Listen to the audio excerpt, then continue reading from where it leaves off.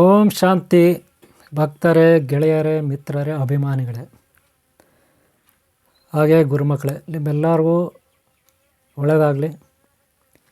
ಹಾಗೆ ನಿಮ್ಮನ್ನು ಯಾರು ಇಷ್ಟಪಡ್ತಾರೋ ಒಳ್ಳೆಯವರು ಅವ್ರಿಗೂ ಸಹ ಒಳ್ಳೆಯದಾಗಲಿ. ಹಿಂದೆ ನಾನು ನಿಮಗೆ ಎಕ್ಕೆ ಗಿಡದ ಬಗ್ಗೆ ಮಾಹಿತಿ ಕೊಟ್ಟಿದ್ದೆ. ಈಗ ನಾನು ನಿಮಗೆ ಬಿಲ್ವ ಎಲೆ, ಬಿಲ್ವಕಾಯಿ ಶಿವನಿಗೆ ಅರ್ಪಿಸಿದರೆ ಎಷ್ಟೊಂದು ಪುಣ್ಯ ಸಿಗುತ್ತೆ ಅದರ ಬಗ್ಗೆ ಈ ಟಾಪಿಕಲ್ಲಿ ನಾನು ನಿಮ್ಗೆ ಕೊಡ್ತೀನಿ. ಆನಂತರ ಮುಂದಿನ ಟಾಪಿಕಲ್ಲಿ ನಾನು ನಿಮಗೆ ನಾಗಲಿಂಗ ಪುಷ್ಪದ ಬಗ್ಗೆ ಮಾಹಿತಿಯನ್ನು ಕೊಡ್ತೀನಿ. ಈ ವಿಡಿಯೋನ ತಪ್ಪದೆ ನೀವು ಲಾಸ್ಟ್ವರೆಗೂ ನೋಡಿ. ಬಿಲ್ವದ ಬಗ್ಗೆ ನಿಮಗೆ ಮಾಹಿತಿ ಇರುತ್ತೆ, ಓಕೆನಾ? ಆನಂತರ ನೆಕ್ಸ್ಟ್ ಪಾರ್ಟಲ್ಲಿ ನಾನು ನಾಗಲಿಂಗ ಪುಷ್ಪದ ಬಗ್ಗೆ ಮಾಹಿತಿ ಕೊಡ್ತೀನಿ. ಹಿಂದೆ ನಾನು ಎಕ್ಕೆ ಗಿಡ ಪೂಜೆ ಮಾಡಿದ್ರೆ ಅದರಲ್ಲಿ ಬೇರು ಬರುತ್ತೆ, ಕಾಂಡ ಬೇರು. ಅದು ವಿಘ್ನೇಶ್ವರನ ಆಕಾರದಲ್ಲಿ ಬರುತ್ತೆ. ಸಿದ್ಧಿ ಆಗಿದೆ ಅಂತ ನಾವು ತಿಳ್ಕೊಳ್ಳಿಕ್ಕೆ ಅದನ್ನು ಕಡಿದು ತಂದು ಮನೆಯಲ್ಲಿ ಇಟ್ಕೊಂಡು ಪೂಜೆ ಮಾಡಬೇಕು. ಆಮೇಲೆ ನಿಮಗೆ ಮಂತ್ರಸಿದ್ಧಿ ಆಗುತ್ತೆ. ಆ ಬೇರನ್ನು ತಂದು ಮನೇಲಿ ಇಟ್ಕೊಂಡು ನೀವು ಪೂಜೆ ಮಾಡಿದ್ರೆ. ಈ ರೀತಿ ನಾನು ಒಂದು ಎಕ್ಕೆ ಗಿಡದ ಬಗ್ಗೆ ಹೇಳಿದ್ದೀನಿ. ಜೊತೆಗೆ ಔಷಧೀಯ ಗುಣಗಳು, ಔಷಧಿ, ಆಯುರ್ವೇದಿಕ್ ಸಾಕಷ್ಟು ರೋಗಗಳು ನಮ್ಮ ಶರೀರದಲ್ಲಿ. ಕ್ಯಾನ್ಸರ್ ಹತೋಟಿಗೆ ಬರುತ್ತೆ, BP, ಶುಗರ್, ಆಮೇಲೆ ಕರುಳು ಹುಣ್ಣು, ಮೆಮರಿ ಪವರ್ ಕಡಿಮೆ ಆಗಿದ್ದರೆ ಜಾಸ್ತಿ ಆಗಲಿಕ್ಕೆ, ಶರೀರದ ಎಲ್ಲ ರೀತಿಯ ಅಂಗಾಂಗಗಳ ಒಂದು ಆರೋಗ್ಯವನ್ನು ನೋಡಿಕೊಳ್ಳುತ್ತೆ ಎಕ್ಕೆ ಗಿಡ ಬೇರು. ಆದರೆ ಅದರ ಹಾಲು ಕೂಡ ಉಪಯೋಗ ಬರುತ್ತೆ, ಹೂವನೂ ಉಪಯೋಗ ಬರುತ್ತೆ, ಎಲೆನೂ ಉಪಯೋಗ ಬರುತ್ತೆ. ಆದರೆ ಬಹಳ ಕಡಿಮೆ ಪ್ರಮಾಣದಲ್ಲಿ ಉಪಯೋಗಿಸ್ಬೇಕು. ವೈದ್ಯರ ಸಲಹೆ ತಗೊಂಡು, ತಜ್ಞರ ಸಲಹೆ ತಗೊಂಡು ಅವುಗಳನ್ನು ಉಪಯೋಗಿಸ್ಬೇಕು. ಹೆಚ್ಚಾಗಿ ಯಾವುದನ್ನು ಉಪಯೋಗಿಸ್ಬಾರ್ದು, ಕಡಿಮೆ ಸಿಂಪಲ್. ಇದ್ರ ಬಗ್ಗೆ ನಾನು ಮೆಡಿಸನ್ನಲ್ಲಿ ಹೆಚ್ಚಾಗೇನು ಹೇಳಿಲ್ಲ. ಹಿಂದೆ ನಾನು ಶೇರ್ ಮಾಡಿದ್ದೀನಿ ಎಕ್ಕೆ ಗಿಡದ ಬಗ್ಗೆ. ಏನಿದ್ರೂ ಪಾರಮಾರ್ಥಿಕವಾಗಿ ಮಂತ್ರಸಿದ್ಧಿ ಬಗ್ಗೆ ಮಾತ್ರ ನಾನು ನಿಮಗೆ ಅದರಲ್ಲಿ ಹೇಳಿರೋದು. ವೈದ್ಯಕೀಯವಾಗಿ ಹೆಚ್ಚಾಗಿ ನಾನು ಏನು ಹೇಳಿಲ್ಲ. ಬೇಕಾದ ಒಂದು ಪಾರ್ಟ್ ಮಾಡೋಣ ನೆಕ್ಸ್ಟ್ ವೈದ್ಯಕೀಯವಾಗಿ. ಈಗ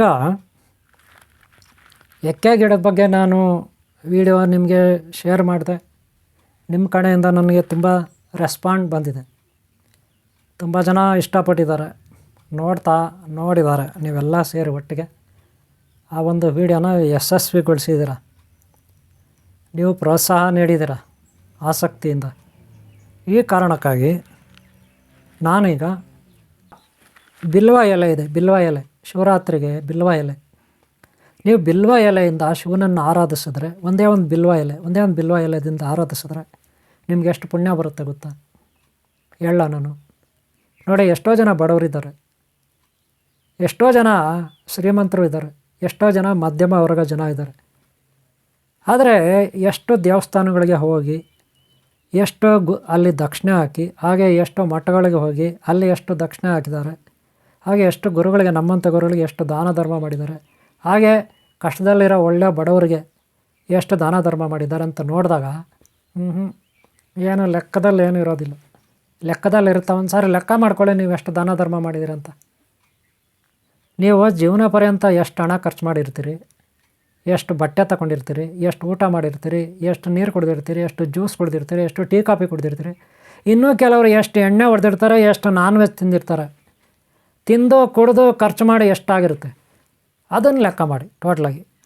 ಹಾಗೆ ದಾನ ಧರ್ಮ ಎಷ್ಟು ಮಾಡಿದ್ದಾರೆ ಅದನ್ನು ಲೆಕ್ಕ ಮಾಡಿ ಅಲ್ವಾ? ನಾವು ತಿಂದಿರೋದ್ರಲ್ಲಿ ನೋಡಿದ್ರೆ ದಾನ ಧರ್ಮ ಮೋರ್ಲಿ 1% ಕೂಡ ಸಿಗುತ್ತಾ? ಸಿಗಲ್ಲ.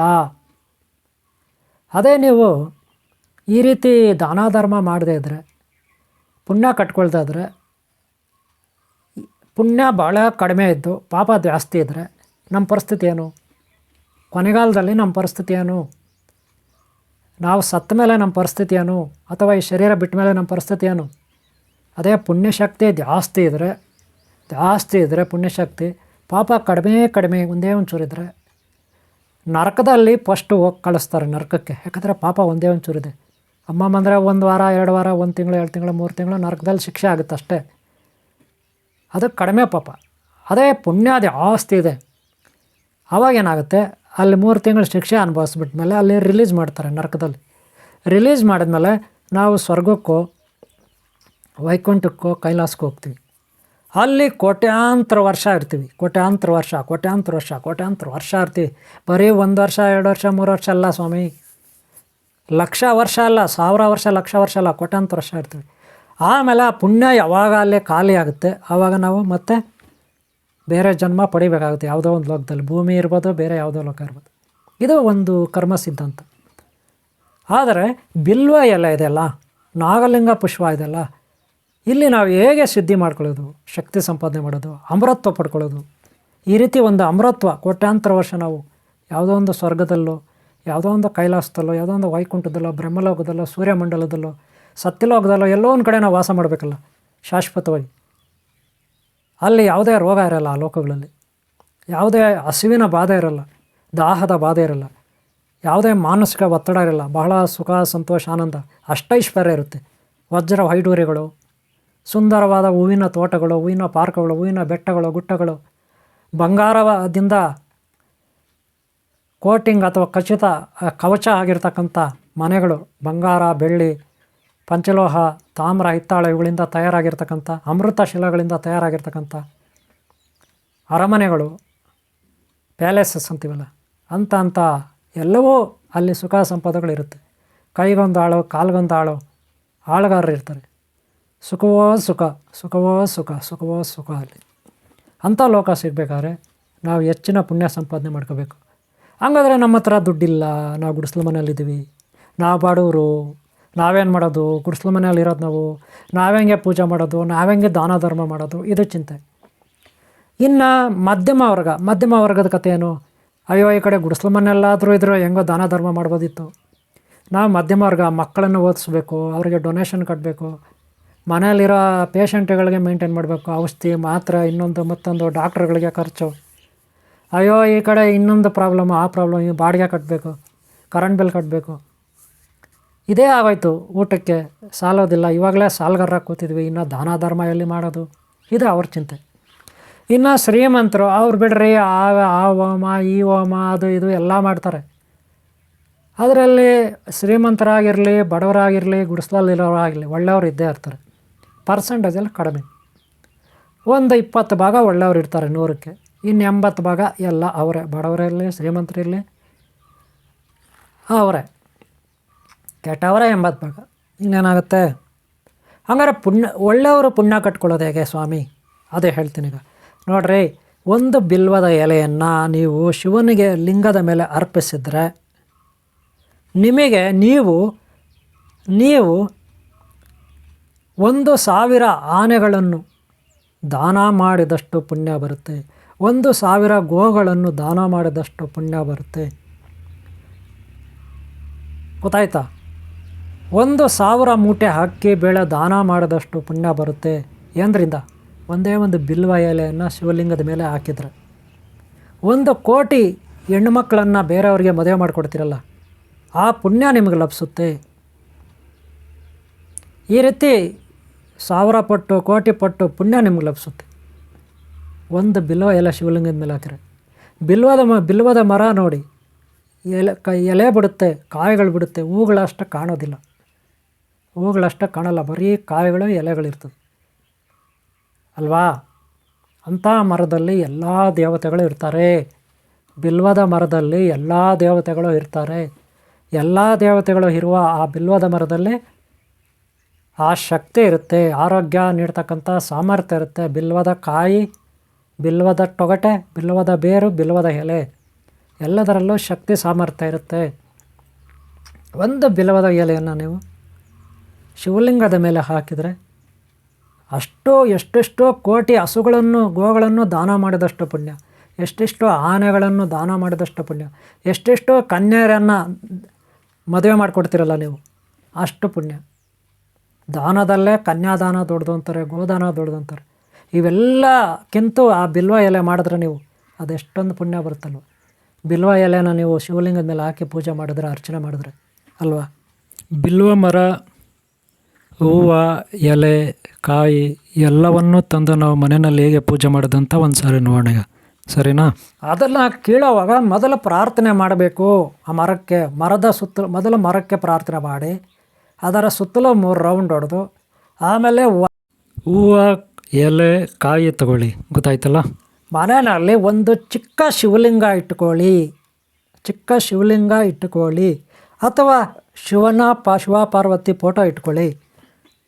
ನೀವು ಬೆಳಗ್ಗೆ ಎಷ್ಟೊತ್ತಾದರೂ ಹೇಳಿ, ಬೆಳಗ್ಗೆ ನೀವು ಎಷ್ಟೊತ್ತಾದರೂ ಹೇಳಿ. 8 ಗಂಟೆಗಾದರೂ ಎಚ್ಚರಿಕೆಗೊಳ್ರಿ, 7 ಗಂಟೆಗಾದರೂ ಎಚ್ಚರಿಕೆಗೊಳ್ರಿ, 6 ಗಂಟೆಗಾದರೂ ಬೆಳಗ್ಗೆ ಎಚ್ಚರಿಕೆಗೊಳ್ರಿ. ಆರಾಮಾಗಿ ರಾತ್ರಿ ನಿದ್ದೆ ಮಾಡಿ, ಪ್ರಶಾಂತವಾಗಿ ನಿದ್ದೆ ಮಾಡಿ, ಬೆಳಗ್ಗೆ ಫ್ರೆಶ್ಶಾಗಿ ಹೇಳಿ. ನೀಟಾಗಿ ನೀವು ಕೈಗಳು ನೋಡ್ಕೊಂಡು ಪ್ರಾರ್ಥನೆ ಮಾಡ್ಕೊಳ್ಳಿ.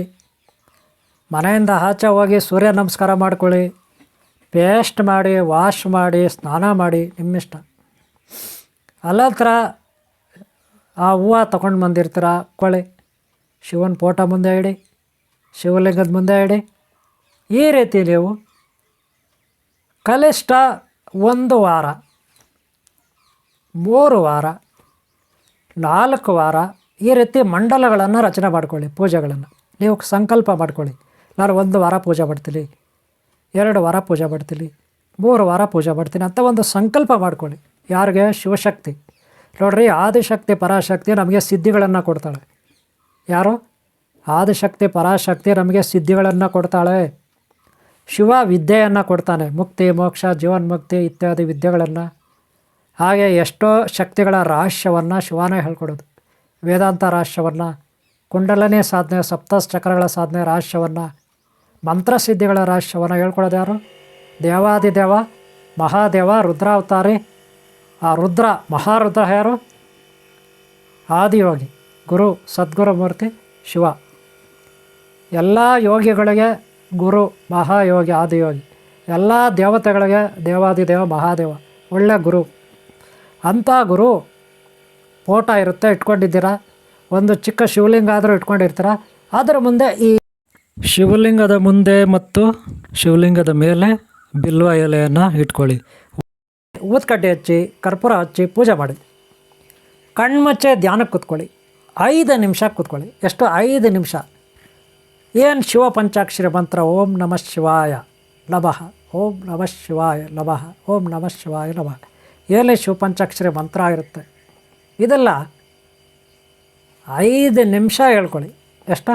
5 ನಿಮಿಷ. ಕಣ್ಣು ಮುಚ್ಚಿ 5 ನಿಮಿಷ ಹೇಳ್ಕೊಳ್ಳಿ. ಅಥವಾ ಕಣ್ಣು ತಗೊಂಡೇ ಅವ್ವನ್ನು ನೋಡ್ಕೊಂಡು ಹೇಳಿ. ಹೂವು ಇರುತ್ತಲ್ಲ, ಹೂಗಳಿಟ್ಟಿರಿ, ಅವ್ವನ್ನು ನೋಡಿಕೊಂಡು ಹೇಳಿ. ಗೊತ್ತಾಯ್ತಲ್ಲ? ಎಷ್ಟು ನಿಮಿಷ? 5 ನಿಮಿಷ. ಅಥವಾ ಓಂ ಶ್ರೀ ನಾಗೇಶ್ವರಾಯ ನಮಃ, ಓಂ ಶ್ರೀ ನಾಗೇಶ್ವರಾಯ ನಮಃ, ಓಂ ಶ್ರೀ ನಾಗೇಶ್ವರಾಯ ನಮಃ ಹಿಂಗಾದರೂ ಹೇಳ್ಕೊಳ್ಳಿ.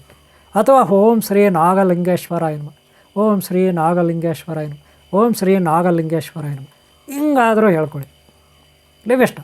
ಯಾವುದಾದ್ರು ಮಂತ್ರ. ಎಷ್ಟು ದಿನ? 1 ವಾರ, 7 ದಿನ, ಅಥವಾ 2 ವಾರ, 14 ದಿನ, ಅಥವಾ 3 ವಾರ, 21 ದಿನ. ಗೊತ್ತಾಯ್ತಲ್ಲ? ಹೀಗೆ ಕನಿಷ್ಠ 3 ವಾರ ಮಾಡಿ. ಆದಿಯೋಗಿ ಶಂಕರ ಶಿವ ಜೊತೆಗೆ ನಾಗ ಆದಿಶೇಷ ಅಂದರೆ ಶ್ರೀಮನ್ನಾರಾಯಣ ಬೆಳಗ್ಗೆ ಸಂಜೆ ಪೂಜೆ ಮಾಡಿ. ಬೆಳಗ್ಗೆ ಸಂಜೆ ಪೂಜೆ ಮಾಡಿ. ಆದರೆ ಪ್ರಸಾದ ನೈವೇದ್ಯ ಮಾಡಬೇಕು.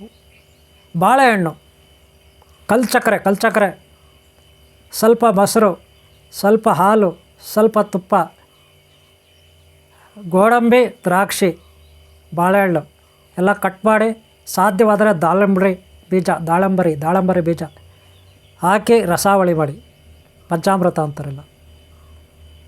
ಅಂದರೆ ಈ ಪಂಚಾಮೃತನ ನೀವು ಸ್ವಲ್ಪ ಮಾಡಿದ್ರೆ ಒಳ್ಳೆಯದು. ಎಲ್ಲರೂ ಬೆಳಗ್ಗೆ ತಿಳ್ಕೊಳ್ಳಿ ಅಥವಾ ಸಂಜೆ ತಿಳ್ಕೊಳ್ಳಿ. ಮತ್ತು ಪ್ರತಿ ಸೋಮವಾರ ಹಾಲಿನ ಪಾಯಸ ಅಂದರೆ ಹಾಲು, ದ್ರಾಕ್ಷಿ, ಗೋಡಂಬಿ ಇತ್ಯಾದಿ ಹಾಕಿ ಹಾಲಿನ ಪಾಯಸ ಮಾಡಬೇಕು. ಗೊತ್ತಾಯ್ತಲ್ಲ? ನೀವು ಸಬ್ಬಕ್ಕೆ ಎಲ್ಲ ಹಾಕ್ತಿರಲ್ಲಪ್ಪ, ಅದು ಹಾಲು ಬಳಸಿ ಪಾಯಸ ಮಾಡಿ. ಪ್ರತಿ ಸೋಮವಾರ ಒಂದು 3 ವಾರ, ಸೋಮವಾರ 3 ವಾರ. ಇಲ್ಲಿ 21 ದಿನ ನೀವು ವ್ರತ ಮಾಡ್ತೀರಾ, 3 ವಾರ ಮಾಡಿ ಪಾಯಸ ಸ್ವಭಾರ. ಅದ್ರ ಜೊತೆಗೆ ಬೇರೆ ನೀವೇನಾರ ಮಾಡ್ಕೊಳ್ಳಿ, ಎಲ್ಲ ಪುಳ್ಳೋಗ್ರಿಲ್ಲೋ ಬಾತೋ ಗೀತೋ ಇಲ್ಲೋ ಚಿತ್ರಾಲಲ್ಲೋ ಎಲ್ಲ ಮಾಡ್ಕೊಳ್ಳಿ, ನೋ ಪ್ರಾಬ್ಲಮ್. ಗೊತ್ತಾಯ್ತಲ್ಲ. ಈ ರೀತಿ ನೀವು 3 ವಾರ ಮಾಡಿದ್ರೆ ಏನಪ್ಪ ಪ್ರಯೋಜನ ಅಂದರೆ ಇಲ್ಲಿ ಆದಿಶೇಷ ಒಲಿತಲ್ಲ ನಿಮಗೆ, ಶ್ರೀಮನ್ನಾರಾಯಣ, ಅನಂತ ಪದ್ಮಾವತಿ, ಅನಂತ ಲಕ್ಷ್ಮಿ, ಅನಂತ ಪದ್ಮನಾಭ ಸ್ವಾಮಿ. ಈತ ಯಾರು? ವರಾಹಿ ಕಾಂತಾರ, ವರಾಹಿ ಕಾಂತಾರ, ವರಾಹ ಸ್ವಾಮಿ ಕಾಂತಾರ ಗೊತ್ತಲ್ಲ, ಯಕ್ಷ ದೇವತ, ನಾಗರಾಜ ಸ್ವಾಮಿ, ಆದಿಶೇಷ ಶಕ್ತಿ ಶ್ರೀಮನ್ನಾರಾಯಣ, ಏಡುಕೊಂಡಲವಾಡ ವೆಂಕಟೇಶ್ವರ, ವೆಂಕಟಾಚಲ ಶ್ರೀನಿವಾಸ, ಆದಿಶೇಷ ಶ್ರೀಮನ್ನಾರಾಯಣ, ಅನಂತ ಪದ್ಮನಾಭ ಸ್ವಾಮಿ ತಿರುವನಂತಪುರ. ಆದಿಶೇಷರೇ ಎಲ್ಲ ಐಶ್ವರ್ಯಕ್ಕೆ ಒಡೆಯರು ಅಲ್ವಾ, ಆತನೇ ಒಲಿತಾನೆ. ಆದಿಯೋಗಿ ಎಲ್ಲ ವಿದ್ಯೆಗಳಿಗೂ ಶಕ್ತಿಗಳಿಗೂ ಸಿದ್ಧಿಗಳಿಗೂ ಗುರು ಯಾರು? ಆದಿಯೋಗಿ. ಹಾಗೆ ಆದಿಶಕ್ತಿ ಪರಾಶಕ್ತಿ ಜಗನ್ಮಾತೆ ಆ ಪಾರ್ವತಿ ದೇವಿ ಚಾಮುಂಡೇಶ್ವರಿ, ಆ ಜಗನ್ಮಾತೆ ಉದೋ ಎಲ್ಲಮ್ಮ ಅಲ್ವಾ, ಆ ಸತ್ಯಮ್ಮ ದೇವಿ ಅಲ್ವಾ, ಆ ಕಬ್ಬಾಳಮ್ಮ ಅಂತ ನೀವೇನಂತೀರಿ ಆಯಮ್ಮ, ಆ ಯಕ್ಷಿಣಿ ದೇವತೆ ಏನಂತೀರಿ ಅವರೇ ಅಲ್ವಾ. ನೀವು ಯಕ್ಷಿಣಿ ದೇವತೆ ಅಂತಿರೋ, ಪ್ರತ್ಯಂಗಿರ ದೇವತೆ ಅಂತಿರೋ, ಲಕ್ಷ್ಮೀ ನರಸಿಂಹಸ್ವಾಮಿ ಅಂತಿರೋ, ಏನಾದರೂ ಅನ್ನಿ, ಇದೆಲ್ಲ ನಾವು ಹೂವನ್ನ ಟೀನಲ್ಲಿ ಹಾಕ್ಕೊಂಡು ಕುಡಿಬೋದು, ಕಾಯಿಸಿ ಕುದಿಸಿ ಕುಡಿಬೋದು, ಆ ಬೇರುಗಳು ಕಾಯಿಸಿ ಕುದಿಸಿ ಕುಡಿಬೋದು. ಹೂವು ವಾಸನೆ ಎಳ್ಕೊಂಡೆ ಮಲ್ಕೊಂಡು ತಲೆದಿಂಬ ಹತ್ರ ಇಟ್ಕೊಂಡಂತ ಮಲ್ಕೊಂಬಿಟ್ರೆ ಫಸ್ಟ್ ಕ್ಲಾಸ್. ತಲೆದಿಂಬ ಹತ್ರ ಹಾಕೋಬಿಡಿ, 1 2 3 10 ಹೂವು, ರಾತ್ರಿ ಎಲ್ಲ ಪ್ರಶಾಂತವಾಗಿ ನಿದ್ದೆ ಮಾಡಿ. ಯಾವುದೇ ಕೆಟ್ಟ ಸ್ವಪ್ನಗಳು ಬರೋದಿಲ್ಲ, ದುಷ್ಟ ಸ್ವಪ್ನಗಳು ಬರೋದಿಲ್ಲ, ದುಷ್ಟ ಶಕ್ತಿಗಳು ಮನೆಯಲ್ಲಿ ಬರೋದಿಲ್ಲ. ಸಹಸ್ರಾರು ಶಿರಗಳುಳ್ಳ ಆದಿಶೇಷನು ಶ್ವೇತನಾಗ ಇರ್ತಾನೆ, ಶ್ವೇತನಾಗ ದುಷ್ಟ ಶಕ್ತಿಗಳನ್ನು ತಿಂದಾಕ್ತಾನೆ, ನುಂಗಾಕ್ತಾನೆ. 3 ವಾರ ಮಾಡಿ, ಕಾಯಿಗಳೇ ಇಟ್ಕೊಳ್ಳಿ ಚಿಕ್ಕದ್ರೆ. ಇವತ್ತಾಯ್ತಲ್ಲ. ಅದು ಸನಾತನ ಧರ್ಮ ನಮ್ಮ ದೇಶದಲ್ಲೇ ಅಲ್ಲ, ಎಲ್ಲ ದೇಶಗಳಲ್ಲೂ ಇದೆ. ಆದರೆ ದೇವರಂತ ಪೂಜೆ ಮಾಡೋದು ನಮ್ಮ ಧರ್ಮದವರು ಮಾತ್ರ, ಹಿಂದೂ ಧರ್ಮದವ್ರು ಮಾತ್ರ. ಅದು ನಮ್ಮ ಪುಣ್ಯ, ನಮ್ಮ ಸೌಭಾಗ್ಯ ಕೂಡ ಹೌದು. ಪ್ರಕೃತಿಯಲ್ಲಿ ಎಲ್ಲೆಲ್ಲಿ ನೋಡಿದ್ರೂ ನಮಗೆ ದೇವರು ಕಾಣಿಸ್ತಾನೆ. ಎಲ್ಲ ಕಡೆ ದೇವರಿದ್ದಾನೆ ಅಂತ ಎಲ್ಲರೂ ಹೇಳ್ತಾರೆ, ಎಲ್ಲ ಧರ್ಮದವರು ಹೇಳ್ತಾರೆ. ಆದರೆ ಅವ್ರಿಗೆ ಕಾಣಲ್ಲ ಎಲ್ಲ ಕಡೆ ದೇವರು. ಒಂದು 10ಕ್ಕೆ 8 ಜನ, 100ಕ್ಕೆ 80 ಜನ ಆದರೂ ನಮ್ಮಲ್ಲಿ ಇಷ್ಟಪಟ್ಟರೆ ಸಾಕು. 1000ಗೆ 10 ಜನ ಆದರೂ ಇಷ್ಟಪಟ್ಟರೆ ಸಾಕು ನನಗೆ, ಒಳ್ಳೆಯವರು, ಅದು ಒಳ್ಳೆಯವರು. ನಾನು ಈ ಥರ ವೀಡಿಯೋಗಳು ಮಾಡೋಕ್ಕೆ ಸಿದ್ಧಲಾಗಿರ್ತೀನಿ. ಈ ವಿಡಿಯೋ ಎಲ್ಲ ಇಲ್ಲಿಗೆ ಮುಗಿಸ್ತಾ ಇದ್ದೀನಿ. ನೀವು ಒಳ್ಳೆಯದಾಗಲಿ, ಸಿದ್ಧಿ ಮಾಡ್ಕೊಳ್ಳಿ, ಜಪ ತಪ ಮಾಡಿ. ಮಿತ್ರರೇ, ಗೆಳೆಯರೇ, ಅಭಿಮಾನಿಗಳೇ, ಭಕ್ತರೇ, ಬಿಲ್ವ ಮರ, ಬಿಲ್ವ ಎಲೆ, ಬಿಲ್ವ ಹೂವು, ಬಿಲ್ವ ಹಣ್ಣು ಇವುಗಳಿಂದ ಎಷ್ಟೆಲ್ಲ ಉಪಯೋಗ ಇದೆ ಅಲ್ವಾ. ಈ ಎಲೆ, ಹೂವು, ಕಾಯಿ ಇವೆಲ್ಲವನ್ನು ನಾವು ತಿನ್ಬೋದು. ಹಾಗೆ ಬಿಲ್ವ ಮರದ ಬೇರು, ತೊಗಟೆಯನ್ನು ಕೂಡ ನಾವು ಕಾಯಿಸ್ಕೊಂಡು ನೀರಲ್ಲಿ ಕುಡಿಬೋದು. ಇದರಿಂದ ಖಂಡಿತ ನಮ್ಮ ಆರೋಗ್ಯ ಚೆನ್ನಾಗಿರುತ್ತೆ. ನಮ್ಮ ಶರೀರದ ಕಿಡ್ನಿಯಿಂದ ಹಿಡಿದು ಸಣ್ಣ ಕರಳು, ದೊಡ್ಡ ಕರಳು, ಹೃದಯ, ಇನ್ನೊಂದು ಮತ್ತೊಂದು ಎಲ್ಲ ಕೂಡ ನಮಗೆ ಆರೋಗ್ಯ ಭಾಗ್ಯದಿಂದ ಇರುತ್ತೆ. ದೇವತೆಗಳು ಈ ಬಿಲ್ವ ಮರದಲ್ಲಿ ಇರ್ತಾರೆ. ಅದರ ದೇವಾದಿ ದೇವನು ಮಹಾದೇವನು. ಅವನಿಗೆ ನಾವು ಬಿಲ್ವ ಎಲೆಯಿಂದ, ಒಂದು ಎಲೆಯಿಂದ ಆದರೂ ನಾವು ಆತನಿಗೆ ಪೂಜೆ, ಅರ್ಚನೆ, ಅಭಿಷೇಕ, ಹೋಮ ಇತ್ಯಾದಿ ಮಾಡಬೇಕು. ಓಕೆನಾ? ಇವರ ಈ ವಿಡಿಯೋನ ನಾನು ಇಲ್ಲಿಗೆ ಮುಗಿಸ್ತಾ ಇದ್ದೀನಿ. ಮುಂದಿನ ಭಾಗದಲ್ಲಿ ನಾನು ನಾಗಲಿಂಗ ಪುಷ್ಪದ ಬಗ್ಗೆ ಹೇಳ್ತೀನಿ. ಈ ವಿಡಿಯೋ ನಿಮ್ಗೆ ಇಷ್ಟ ಆಗಿದ್ದರೆ ಒಂದು ಲೈಕ್ ಮಾಡೋದು ಮರಿಬೇಡಿ. ನೀವು ಲೈಕ್ ಮಾಡಿದ್ರೆ ಅದೇ ನನಗೆ ಸ್ಫೂರ್ತಿ. ಹಾಗೆ ಹಿಂದಿನ ಭಾಗಗಳೇನು ನೋಡಿಲ್ಲ ಅಂದರೆ ಅದು ನೋಡಿ. ಹಾಗೆ ಮುಂದಿನ ಭಾಗಗಳನ್ನು ತಪ್ಪದೇ ನೋಡಿ. ಮುಂದಿನ ಭಾಗ ನಾಗಲಿಂಗ ಪುಷ್ಪ, ಅದನ್ನು ತಪ್ಪದೇ ನೋಡಿ ಇವರೇ.